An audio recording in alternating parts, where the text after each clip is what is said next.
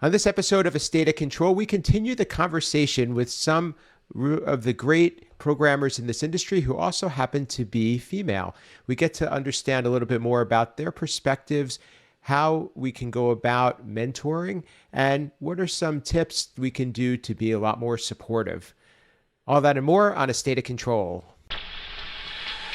The network for the AV industry. What are you listening to? This is AV. This is AVNation. This is AVNation.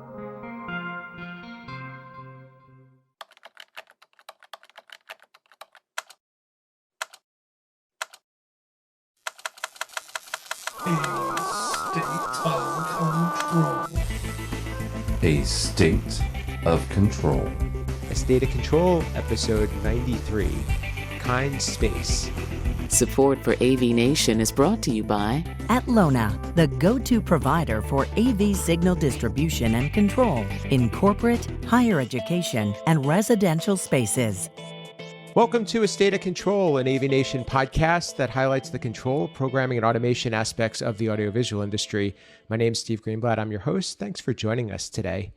So if you didn't catch our last episode, episode 92, I suggest that you do, because we're going to be continuing that conversation a bit.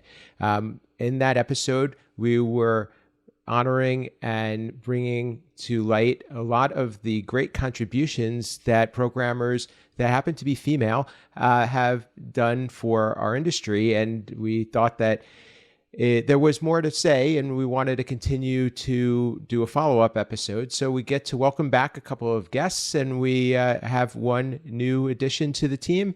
And with that, I will start by saying hi to my partner here at A State of Control. He is Rich Vergosa. Hey, Rich, how are you? I'm doing good. Mellow West Coast greetings. I'm really excited for part two. You know, like I said, if we had our druthers, you know, you and I wouldn't even be on this, and we'd just let these powerful women take over, because it's definitely voices that need to be heard. So I'm just glad to be able to be part of this. I would totally agree with you, and we've gotten some good feedback from that past episode. So I'm looking forward to even exceeding that on this one. So with that, I'd like to welcome back two of the returning guests. The first is Hope Roth from Reardon Brothers. Welcome back, Hope. How are you? I'm great. Thanks for having me. Thanks for being here. And next, I'd like to welcome back Victoria Grupp, and she's from Control Concepts. Welcome back, Victoria. How are you? Hey there. Thank you. I'm doing good. I'm excited to be back. Thank you. And last but not least, we get to welcome somebody new to our program. Her name is Emily Eicher, and she is with QSC. Welcome, Emily. Thanks. Good to be here. Thanks for being here. So as I mentioned, we had some really great conversation in the last episode, and we talked about some of the obstacles, some of the challenges, some of the things that may not be known to everybody that some of the women on the podcast and other women in the industry face in order just to achieve the same status and goals and fulfill the roles, the technical roles specifically in our industry. And today we're going to talk a little bit more about how we could help others do the same. And I think that we're going to broaden the conversation a bit just to say, how can we help our industry excel and more people grow and achieve leadership roles? So, Rich, one thing that came to mind to me, and I think we talked about it in the last episode, one of the things that you say often is reach one, teach one. So I'm going to start with that. That's something that I know is near to dear to you. And I also know that you've talked a lot on prior episodes about how you are really interested in passing on knowledge at this point in your career. So let's talk a little bit about how we do that, because there's a concept of mentorship and people talk about that a lot, but it's not necessarily the easiest thing to accomplish. So what are some ways that we can make this a little bit more open so that both the people that are looking to help and the ones that are looking for help can connect with one another?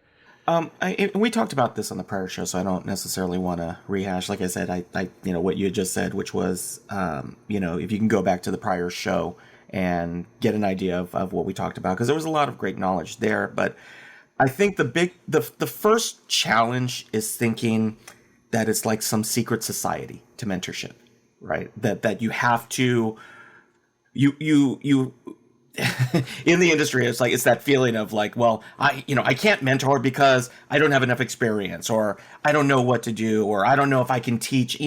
There's a lot of that worry, I think, about mentorship. And mentorship isn't always about passing on tribal knowledge. Sometimes mentorship is just being able to commiserate.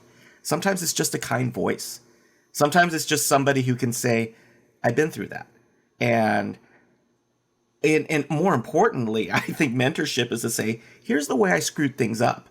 I think that if you feel self-conscious about mentoring, you're probably a great mentor for that reason, because you want to make sure you're doing the right thing.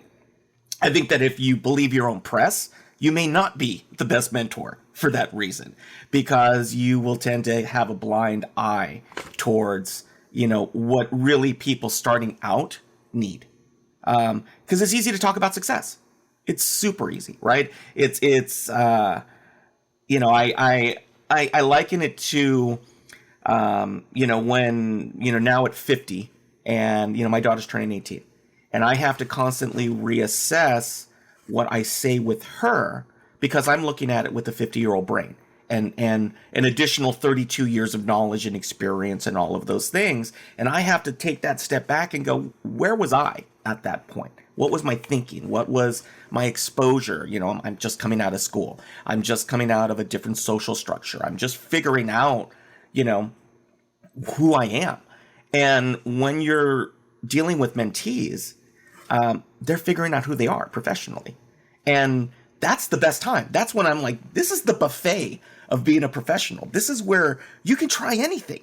You really can, because you have the beauty of experience in front of you. And so, honestly, if you need steps, right? If you like, how do I start, right? That's the hardest part. How do I start? Where to go? Trade associations, they're already pre-built. There's already groups there. In the resi market, in the commercial market, all of them.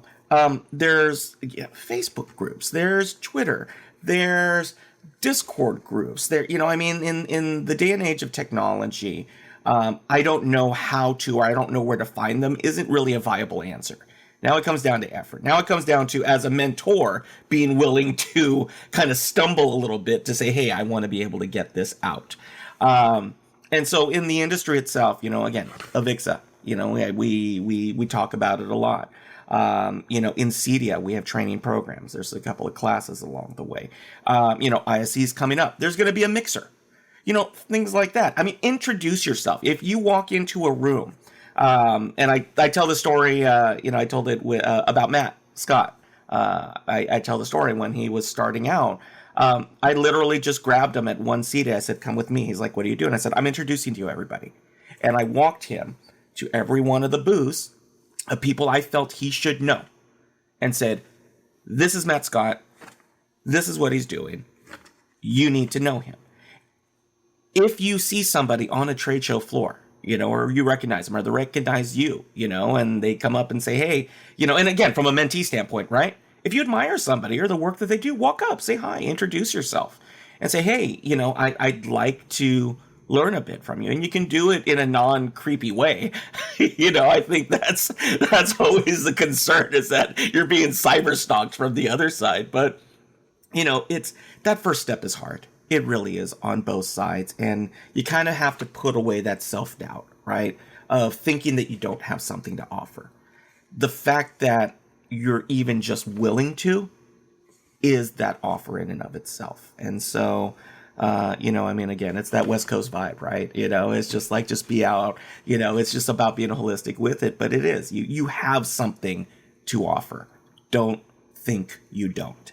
If I can just speak into that a little bit, I think sometimes it's not just, I think like we think about mentors, we think about people who are like older than us, have been in the industry longer, know more than us, or, things like that. I think a lot of times the best mentors come from just being friends with people and, talking to your coworkers and having relationships in general. And then, having someone that believes in you and believing in someone is sometimes the best, mentorship and inspiration for being who you are. That sounds like great tips. And I was going to hope to also kind of join into that conversation, because I believe that you've been on both sides of that relationship. And, is that something that happened naturally, or is it something that you think needs to be more proactive? I would say if we want to really grow our industry and champion some people whose voices haven't always been heard, that we need to think more proactively about who we're reaching out to and who we're sort of championing. Which, Rich, I would say what you did for Matt Scott went beyond mentorship into more of a sponsorship championship level. And that's, I mean, people talk about that distinction a lot, but I think it's really important to uplift each other in ways where you talk people up. Hey, this is Emily. She's doing great work. I love the, touch panel she made that did this. Hey, this is Victoria. She's doing great work. She's someone you got to get to know, and help sort of elevate each other. I think if it doesn't come from a natural place, then it feels inauthentic and forced. But there's so many great people out there that people just haven't heard about. It just, sometimes it just takes one person to help you. I remember, I'm not going to say how long ago because I don't want to date myself, but, George Tucker introduced me to a bunch of people, and all of a sudden I got asked to be on a podcast, and all of a sudden I got asked to be on another podcast, and all of a sudden I was attending Infocom, and I was at the women's breakfast giving a speech, and I was like, how did I get here? And it was a small series of people saying, I like what you're saying, and I want other people to hear it. And I think it's really important that we take that extra second and say, oh, I like what this person has to say. I'm going to retweet it, or I'm going to introduce them to my friend, or I'm going to reach out to them. And I try to be very intentional about that. Anyone who's a great person, I want to introduce them to other people that I know. But especially like you get to a point where you're a woman who's known as being technical and people start coming to you, I need a woman for my podcast. And, maybe it's time for me to start recommending some other people. Why don't you talk to Victoria? She's newer to the industry. I think she might have a different perspective. I think those are really, really insightful. Victoria, I'll kind of bring you into the conversation here. I know a lot of times, especially people who are technical, sometimes can tend to be more quiet or tend to be more, whether being an introvert or just being respectful of things. What are some tips or some things that you've have found that have worked for you in order to put yourself out there more? One, just acknowledging that it is not going to kill me to go up to someone and say hi that I don't know and introduce myself and start a conversation.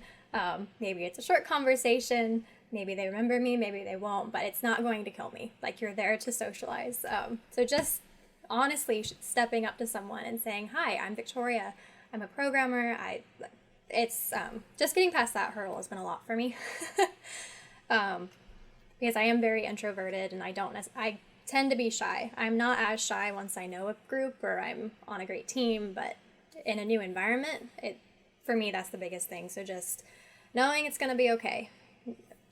Identifying my purpose, that I showed up to network and try and get into that mindset. I'm here to accomplish these goals because as a technical person, I'm also very goal-oriented. So if I say, okay, so the goal is that we're going to try and meet 3 new people and start conversations, intelligent conversations, and then it gets easier, right? Then you talk to more people, and I think I've sort of approached it goal-oriented like that. Yeah, that's wonderful. Emily, you touched on how the idea of making friends and not necessarily having to be looking for just that one person. Do you think that this is only something that is can be an in-person thing, or can it be something where you can even connect with people virtually? If forums, I know QSC has a developer forum. There's other avenues for people that may be more comfortable than just an in-person connection, and it's still possible. Is it still possible to have that same type of a bond? I mean, absolutely. I think that we've all kind of gotten used to doing that with the pandemic and things. Before I came to QSC, I met a lot of the people from QSC, women and men, via communities or via, just LinkedIn, things like that. So, making those connections is absolutely possible, being virtual. Obviously, it's nice to, shake people's hands, be able to go out to lunch with people and things like that. There's no replacement for that. But you can really form some great relationships. And now, I mostly work from home. So it's a lot of my work relationships are virtual, whether people are in California or they're on the East Coast, things like that. So it's absolutely something that we, I think, have gotten better at, and that we're going to kind of just need to settle into at this point. And that these are the way that relationships are going to form. But I think if you can get together and you can have lunch and, go to these trade shows, things like that, it's absolutely valuable and a valid thing to do, and something that can grow the relationship more, and maybe conversations come out of that are different than they would over, chat or video. Rich, I'll kind of bring that back around to you, because I think that you're probably in a similar spot as me, where a good amount of your friendships, probably some of the better ones, have come through industry connections and people that you've worked with and people that you've met. What do we do to kind of grow that circle and bring more people in? Because I think that's the other part of this, is that we need to kind of keep feeding the pipeline and almost preaching about what we've been able to get from being a part of this industry and doing these things, and we need to. I think that's really the gold that will offset some of the other limitations that people may be looking at to say, should I choose this industry to join? Whew, that's kind of a big one to unpack. As we were talking, and I was, earlier just kind of reflecting back on the show itself. I'm going to take a second to kind of get a little deep on this one, which is how men in this industry need to approach women in this industry first. As you know, I am married to a very powerful, dynamic woman who runs her own consulting company, who has no issues standing up to me and telling me when I'm going down the wrong path. And it's been wonderful for a simple reason. Strong women can be a threat to men in the industry because they don't deal with it much. I know personally, even as enlightened as I feel I am at times, I offended Hope once when I mansplained to her. And I felt horrible because I didn't notice what I was doing in the moment. But she was able to check me on it. I was able to go, you know what, you're right. And reassess how I'm approaching. And again, like I said, it's as an advocate, I'm still capable of falling into old habits easily. And part one, honestly, is not only what are you doing, what are you advocating, but what are you helping correct, right? Because women aren't going to enter an industry where they already feel that the odds are stacked against them. It's just no reasonable person is going to do that. So part one, which is not as sexy or as glamorous, is helping to create a safe space, right? A space where, again, like Victoria said, if you've got somebody who's introverted but brilliant, and they already can feel that they're in an uncomfortable situation, there's no way in heck they're going to open up and show who they are. And then compound it with being a woman in the industry, who already, from a societal standpoint, right, it's to demur yourself, right, to not inject yourself into that dynamic. And that's there's generations and generations and generations of business etiquette that we're blowing up, right? So, for me, that's been kind of my mission, which is, how can I disrupt, using my voice, using my influence, what creates that uncomfortable feeling stepping into a room? Because you can feel it. Hope's talked about it before, and it's like, it sucks. It totally sucks. And to carry that, and it's tough because, we use all the cliches, right? If you have a daughter, you should know how to do it. No, not necessarily, because you're not a woman. So you can empathize, you can sympathize, but it all starts with, when you are in a room, right? And somebody comes in, and it's a female coworker or a female. And if somebody's acting out of line and going, no, stop. That's not how we do things anymore. Trade shows, old boy networks. We talked about the blue polo shirt, right? If you're serious about it, I tell my son, it's you've got to decide if you're a bystander or an upstander, and that's where your decision starts. Being an upstander means having the difficult conversations. When you know in your gut that you're contributing to the situation, you got to stop and say nope. And that's tough, right? Because that if you say you're an ally, it's more than just saying, oh, I stand with you, I'm wearing a band, and we're all together. Nah, it's down in the trenches stuff. And so, anyone who's looking, regardless of gender, but let's just say men, right? Who, if you're really serious about it, if you're really serious about promoting women in the industry, your friends, your coworkers, people who you admire, or your children who you want to see a workplace where they feel they can do anything, it means getting down and dirty and being an upstander and calling it out. And it's tough. And like I said, Hope, took her chances calling me out, right? But she was right. And that's it as well. And on the flip side, Victoria, Emily, I already know about Hope. So I hope I got no problems. I know she's going to call it out. But it's finding your voice, and us being able to say, hey, if you call somebody out, we got your back. That's just as important, right? Not feeling like you're going to get this professional backlash because you spoke up. And it is having that gang right behind you going, what's up? Right? And those are the lessons, like I said, as I've gotten older, it's going past the easy stuff. It really is. It's now rubber meets the road time.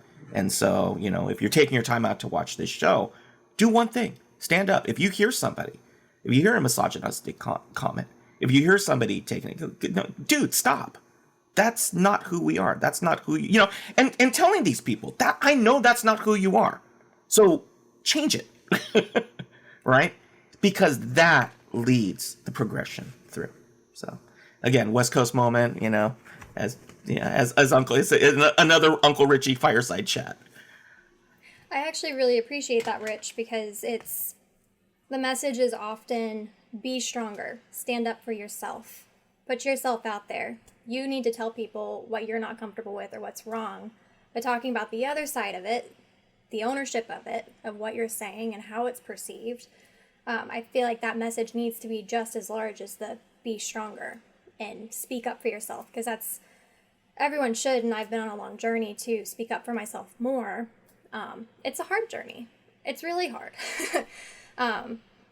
And so then along with that, having the team, having the coworkers, having the network and support system that when you aren't strong enough to say something, get offended on your behalf and are like, whoa, check yourself.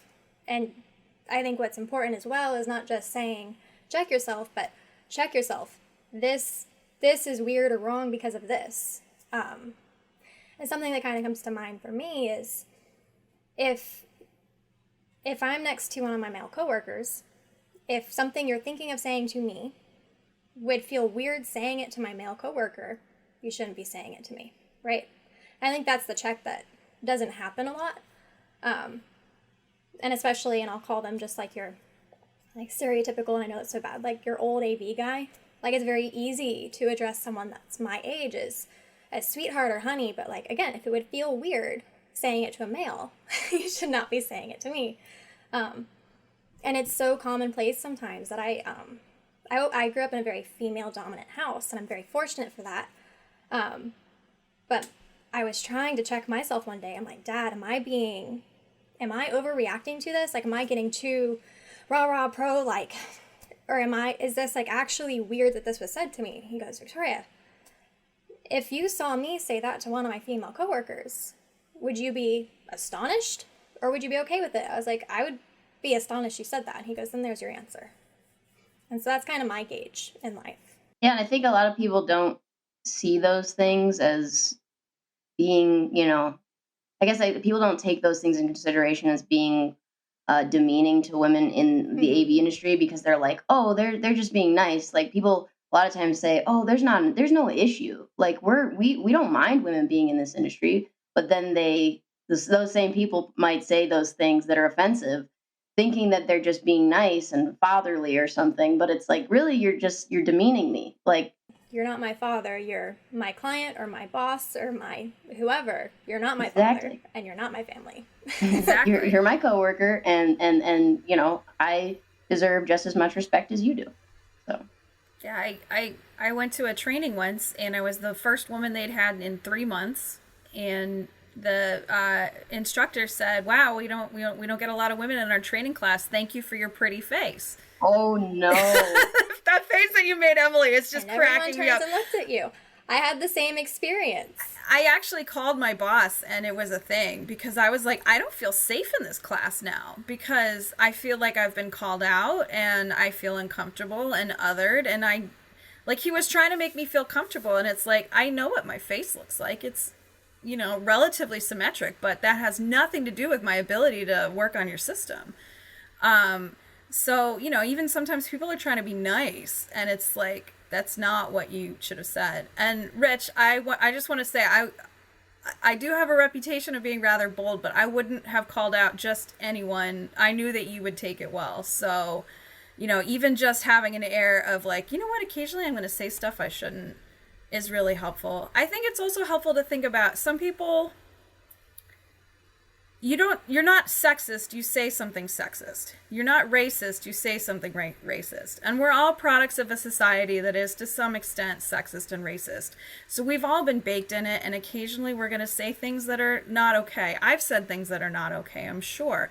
And I think it's helpful to be humble and just, admit that that's going to happen, and it's going to be easier than if somebody calls you out, because I don't think Rich went home that day after I said, hey, I don't appreciate the way you explained that to me, and said, I'm sexist. He said, I said something sexist. And it's easier at that point to do better, because you say, you know what, I won't do that next time. And I've been sexist too.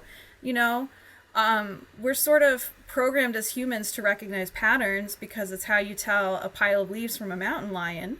And it's better to err on the side of mountain lion and not on leaves, because, if it ends up being leaves, well, they still won't eat you.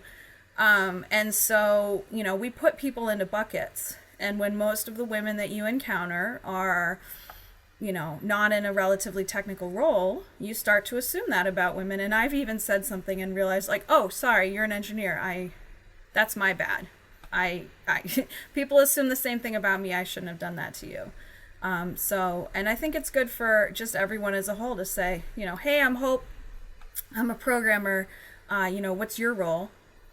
And then if it turns out that the man you're talking to is like, on the trade show team, you haven't talked over his head and made him feel bad. So it's better for everyone.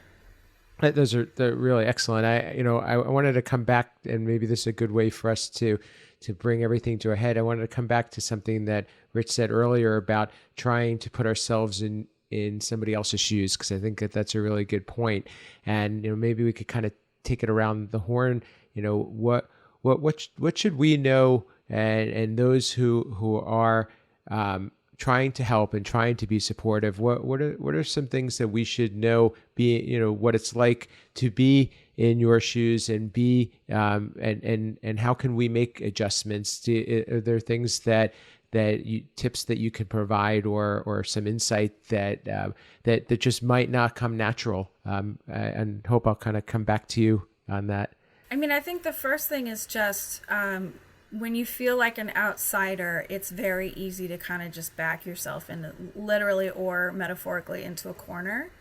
And so one of the first things that you can do is just sort of be aware of who's in the room with you, and then just go over and say, hi, I'm Hope. I go to Infocom just about every year, and sometimes you go to a booth and literally people are bumping you out of the way to go talk to the man behind you, and it's like, I wanted to talk about your product so that I could sell it. And I guess I'm just going to keep walking. So just be aware of who's around you.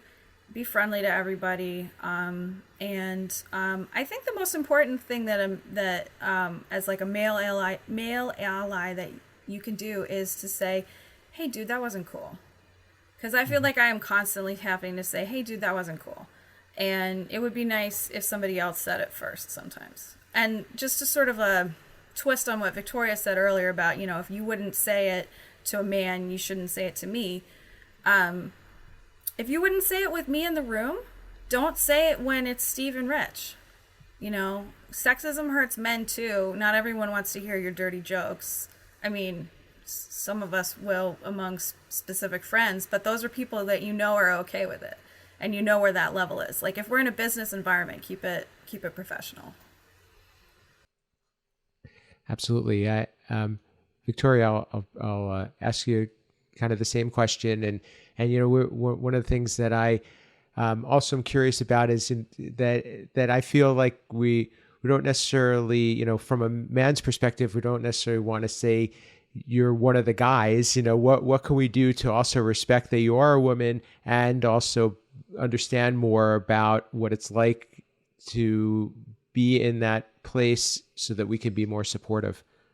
I mean, so you wouldn't say you're just one of the girls or you're one of the guys, but I think one of the team, like one of the whole. I think it's just it's a perspective thing. If you're one of the guys, there's still that perspective there versus if you're actually talking about the team or the group or the engineers or the programmers or whatever that identity is, the identity of the group, versus your identity as a gender. Well, what are some things that can be done to so that was more of understanding what it's like to be in that position, and what are some things that we can do to be more supportive that may not be that obvious? For me, I don't see it as a male or a female thing. I just see it as a good team and environment thing. Is not speaking over people, giving everyone a chance to speak and a chance to be heard. And I'm very lucky to be in an environment where everyone has the chance to speak at any given moment. And so I kind of take that for granted a little bit. And I forget that that's not in every place. I don't know, making sure that everyone's heard, but not making it special. Not, oh, you're the female in the back of the classroom. I haven't had a female. You're the first female student I've taught, which is what I had. And everyone turns.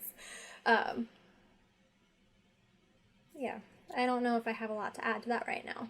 I wish I had more to say. I'm kind of curious what Emily and Hope have to say on that. That's all I second fine. a lot of what everyone said. And so, Emily, I'll kind of bring that over to you. Just another twist to the question. I think that we really should make sure to highlight, the strengths of women and being able to,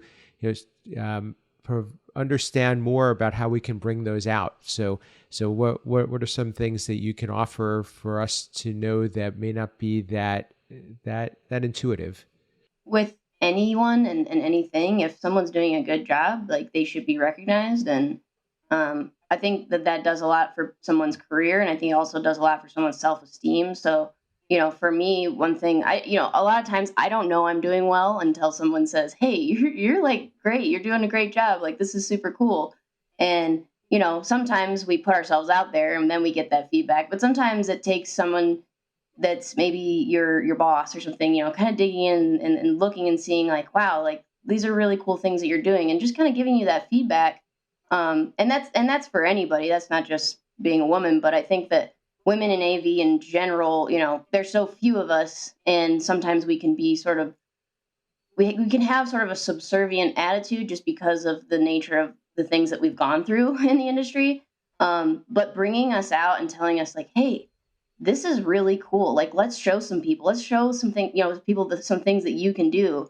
And then maybe there's, this bias that will be dropped on women for some people, and that they see like this really cool thing that, these women are doing because, it's out in the open now. And I think that, these are the things that are definitely happening in our industry, like Vixa's doing things, and a lot of groups and companies are bringing women to the forefront and trying to show what, cool things they're doing. But I think that individually, we can do it more. I think that everyone can kind of lift each other up a little bit more. And it just goes back to just being kind to people and being a good coworker and a good friend.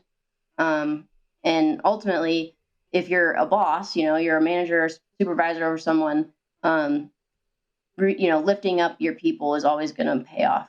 So, yeah.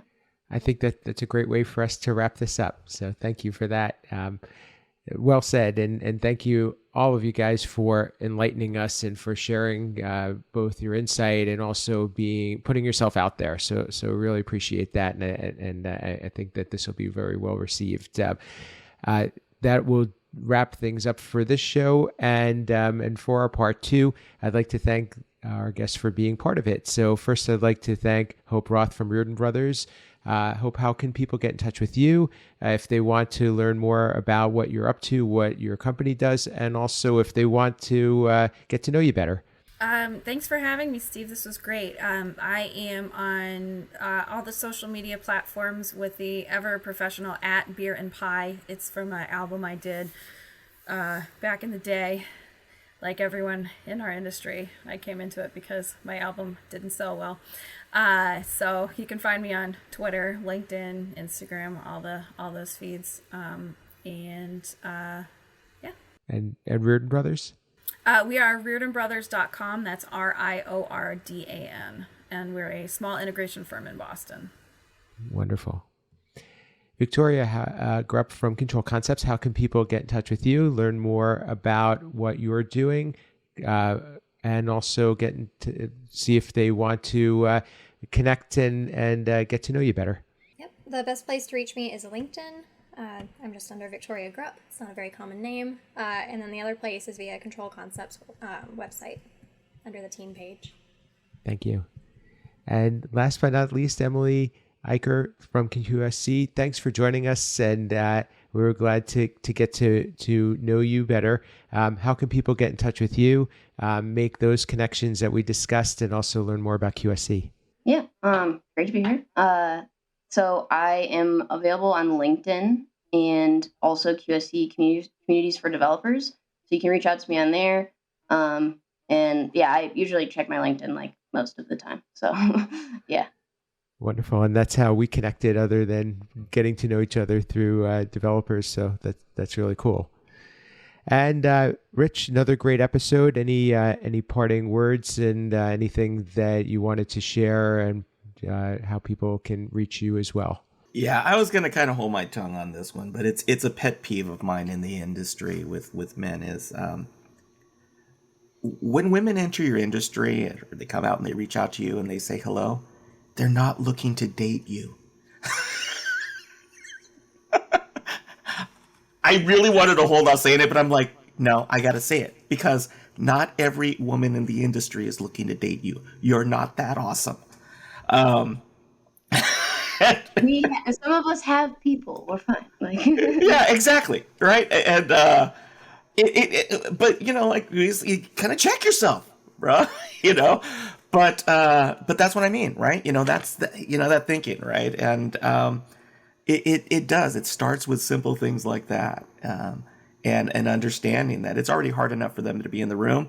They are already in the back of their head thinking, oh man, if I smile at somebody and when I walk into the trade show floor, here we go again, right? And Hope's comment right there, right? Thanks for bringing your pretty face. It's like, dude, oh, but. So that's kind of the little nugget. Like I said, that's the one that sticks with me. But if you want to, reach out for more of Uncle Richie's musings, you can find me on Twitter @rfregosa. You can find me. We've got the webpage Fregosa Design. You can find me starting in the first week of May in Barcelona, covering ISE for AVNation. So that's the best place I hope you can find me, is obviously with our coverage at ISE this year. So I am heading out to Barcelona. I'm super excited, my first time. And any of our other shows, obviously here with my partner Steve, but Resi Week, AV Week, our whole suite of verticals. So that's where I hope you find me. And it's such a bummer that I'm not going to be there with you, but we're going to have to make a date at CEDIA, so for sure.